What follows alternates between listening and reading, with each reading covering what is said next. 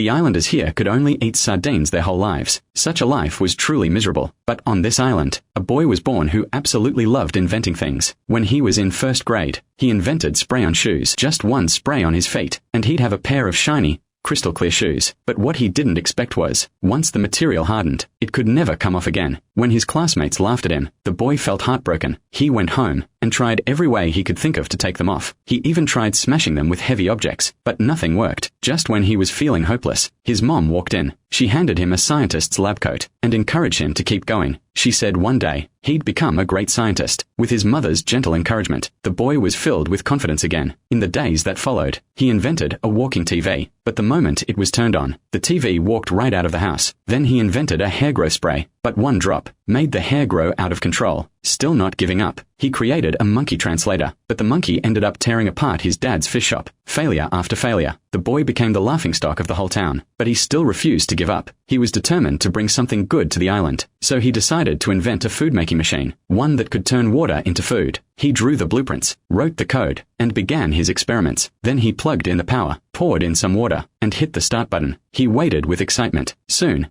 a hamburger began to form before his eyes, but because there wasn't enough power, the experiment failed. So the boy sneaked into the island's power plant, planning to use the entire island's electricity to power his food machine. But the current was too strong. The machine shot up like a rocket, flying into the sky and disappearing from sight. The boy had failed again, and this time, the townspeople were furious and blamed him for everything. Feeling sad and defeated, the boy went to the seaside to clear his mind. Just as he was about to give up, something dropped into his bucket. He looked closer. It was a piece of cheese. He turned around and froze on the spot. A massive rainbow-colored cloud was floating right above the island, and from it, hamburgers were raining down. Seeing such an incredible sight, everyone on the island went wild with joy. After eating sardines their whole lives, they could finally taste something different. The boy finally gained everyone's recognition.